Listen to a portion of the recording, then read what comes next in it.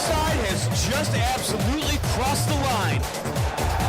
And then Mick Foley with the fire extinguisher!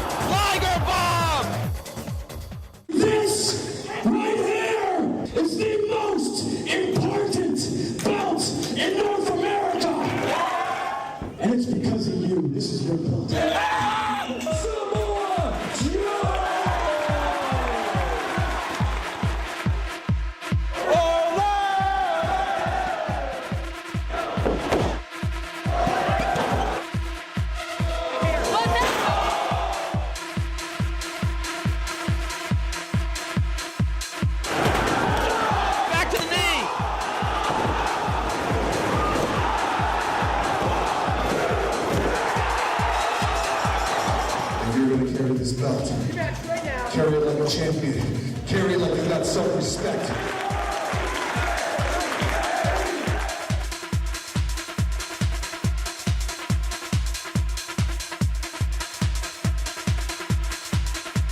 I'm burning up. Thank you very much. Thank you very much.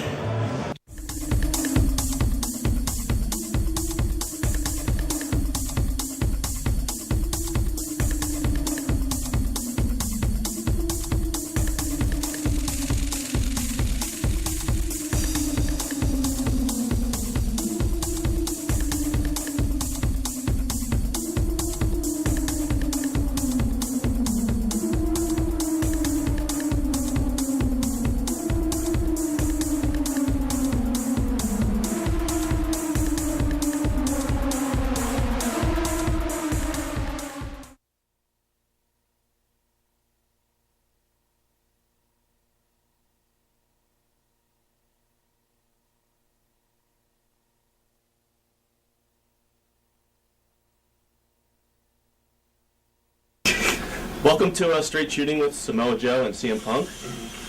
First off, back in June, you guys, for the first time, did your 1 hour draw in Dayton. Where did the idea going an hour come from?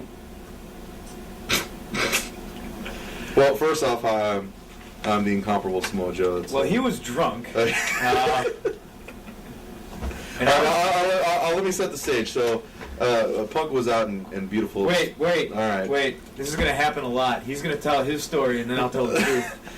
Go ahead. So, Punk was out in beautiful, sunny Southern California, where I live, not where he lives. And he was out there standing. We happened to be at a bar, a local favorite of mine, which I'm sure many of the stories that you'll hear in this tape will originate.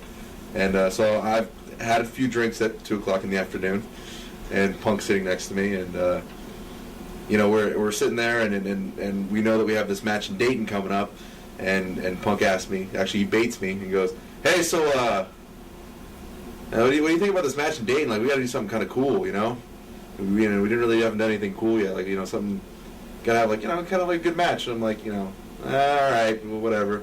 He's like, "Yeah, I go, "Hey, it'd be funny. Maybe we did one of those stupid 1 hour draws like you and Chris Hero do." And he goes, "Really? You think so?" He's like, "Yeah." And I swear to God, not 5 minutes later, this asshole's on the phone with Gabe. "Oh yeah, Joe said we should go an hour. It'll be a great 1 hour draw. Why not? It'd be a great idea." I think that, yeah, didn't you agree to it? Like, I didn't, the words, "let's do a 1 hour draw," the W didn't get out of my mouth before he was on the phone with Gabe. Yeah, he agrees. We're going to do the draw, Dayton. And it's going to be great and fantastic. And now he's going to tell his bullshit version of the story. Wrong. You got the locale wrong. You got everything wrong. Oh, the locale wrong? Dude, we were in Pennsylvania, where I'm from. The way I remember it, you were drunk as shit. The way I remember it is, me being me, I've got to figure out a way to not put him over. So basically, Joe's running out of, opponents He's steamrolling through everybody, and we were sitting there talking, and it was just like it didn't seem like it was going anywhere. Like I don't have the best win-loss record in Ring of Honor, so it just seemed like kind of out of nowhere that I was getting a title shot. So we were sitting. The kid was small potatoes. He needed me. Yeah, I did. Trying to figure out like why I had the title shot or why we were even wrestling, because it was just kind of thrown together.